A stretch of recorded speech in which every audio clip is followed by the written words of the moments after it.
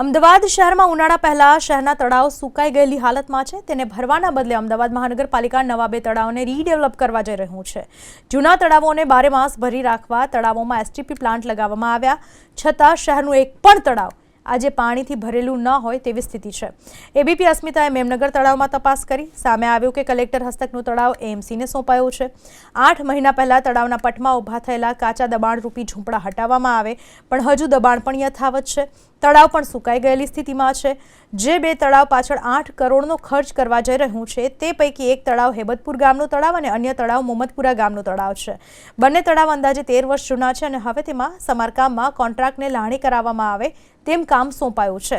હેબતપુર તળાવને સમારકામ કરવા પાર્થ કન્સ્ટ્રક્શન નામની એજન્સીને 3.86 કરોડના ખર્ચે ટેન્ડર આપવામાં આવ્યું અને મોહમ્મદપુરા તળાવના સમારકામ માટે એસજી બાગવાનને 4.31 કરોડનું ટેન્ડર આપવામાં આવ્યું। વોટર કમિટી ચેરમેન દિલીપ બગરિયાનું કહેવું નિવેદન છે કે તળાવમાં 12 મહિના પાણીથી ભરેલા રહે તે માટે એસટીપી પ્લાન્ટ લગાવવામાં આવ્યા છે જે વસ્ત્રાપુર તળાવ અને મલાવ તળાવમાં લગાવવામાં આવ્યા છે પણ અસરકારક ન હોવાથી હવે જમીનમાં મિની એસટીપી પ્લાન્ટ લગાવવાનું આયોજન છે જેનાથી વરસાદી પાણીને ઇન્ટરલિંક કરીને તળાવમાં ઠાલવી શકાય।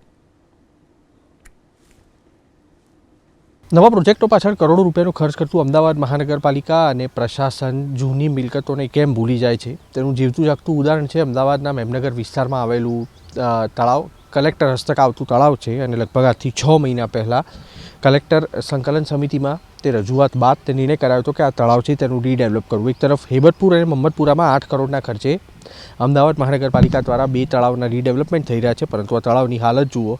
ઉનાળા સિવાય પણ છેલ્લા અનેક સમયથી આ તળાવ છે તે આ જ હાલતમાં છે અને એટલું જ નહીં કલેક્ટરમાં સૂચના પણ આપવામાં આવી હતી કે આ તળાવ છે તેના પટમાં ઊભા થયેલા ગેરકાયદે બાંધકામ જે આપ સામે જોઈ રહ્યા છો તેને દૂર કરવા અને આ તળાવ છે તેને ડેવલપ કરવું। તળાવની વાત કરવામાં આવે તો લગભગ આ તળાવની ક્ષમતા 3 થી 3.5 લાખ લીટર સમાઈ શકે તેટલી છે અને તળાવની આ પ્રકારની પરિસ્થિતિના કારણે અહીંયા આગળ મુલાકાતીઓ પણ ગણતરીના અને આંગળીના વેઢે ગણી શકાય તેટલા આવતા થયા છે। તેમ છતાં પણ અમદાવાદ મહાનગરપાલિકા નવા પ્રોજેક્ટ પાછળ કરોડો રૂપિયાનો ખર્ચ કરે છે અને જૂની મિલકતો છે તેની જાળવણી કરવામાં કોઈ રસ ન હોય તે પ્રકારની પરિસ્થિતિ છે।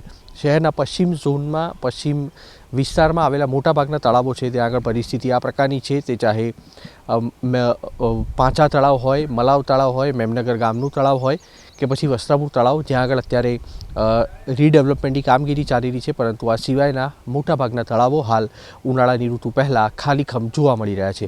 કેમેરામેન અજય પાંડે સાથે કુશાંક સોની, એબીપી અસ્મિતા, અમદાવાદ।